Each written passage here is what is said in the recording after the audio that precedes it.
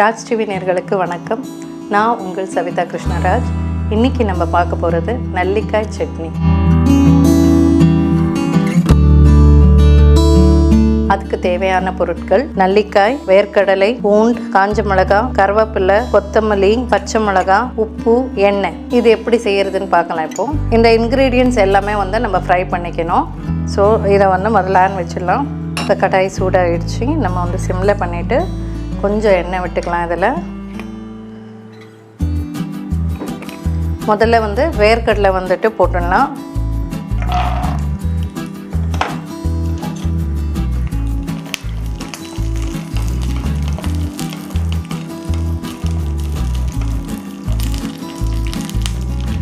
வேர்க்கடலை வறுக்கும்போது நல்லிக்காய் நான் க்ளீன் பண்ணிவிட்டு இந்த மாதிரி பீஸாக கட் பண்ணி வச்சுன்னு இருக்கேன். ஸோ இதை நான் இதில் சேர்த்துக்கிறேன். 2 நல்லிக்காய் மட்டும் எடுத்திருக்கேன். 1 கப்பு வேர்க்கடலைக்கு 2 நல்லிக்காய் எடுத்திருக்கேன். அப்புறம் கொஞ்சம் கருவேப்பிலை,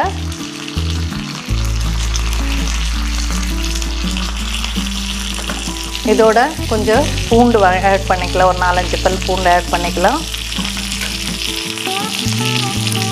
பச்சை மிளகாய் 2 நல்லிக்காய்க்கு ஒரு பச்சை மிளகாய் ஒரு 2 போட்டுக்கலாம். அது மாதிரி காஞ்ச மிளகாய் ஒரு 3 போட்டுக்கலாம்.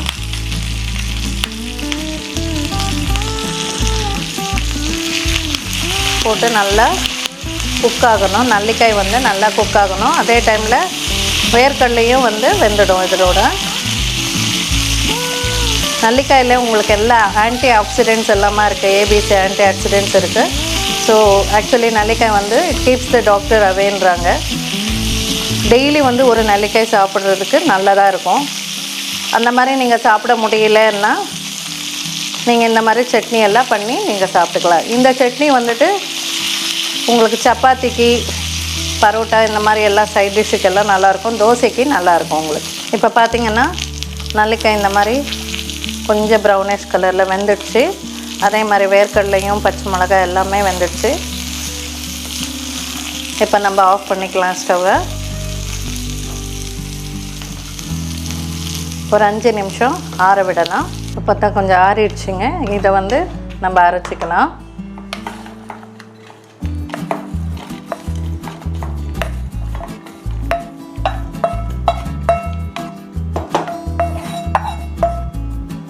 இதோட சேர்த்து நம்ம சால்ட் எவ்வளோ தேவையோ அவ்வளோ தேவைக்கு சால்ட்டு ஆட் பண்ணிக்கலாம்.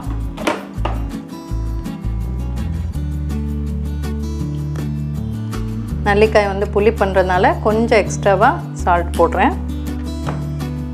அதே மாதிரி கொத்தமல்லி கொஞ்சம் ஆட் பண்ணிக்கலாம். அவ்வளோதான். இந்த சட்னி ரொம்ப நைஸாக அரைக்கக்கூடாது, கொரகொரப்பாக இருக்கணும்.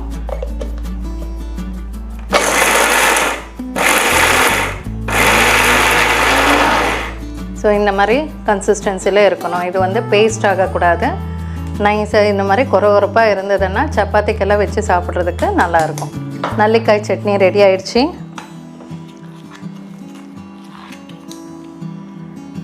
இது வீட்டில் ஈஸியாக நீங்கள் பண்ணிக்கலாம். நீங்கள் எல்லாத்துக்குமே சைட் டிஷ்ஷாக இதை சாப்பிட்டுக்கலாம். சப்பாத்தி, தோசை எல்லாத்துக்குமே சைட் டிஷ்ஷாக நீங்கள் சாப்பிட்டுக்கலாம். இது நல்லிக்காய் சட்னி ரெடி ஆயிடுச்சு. நீங்களும் இதை செஞ்சு பாருங்கள். நாளைக்கு இன்னொரு டிஷ்ஷோடு உங்களை சந்திக்கிறேன். நன்றி, வணக்கம்.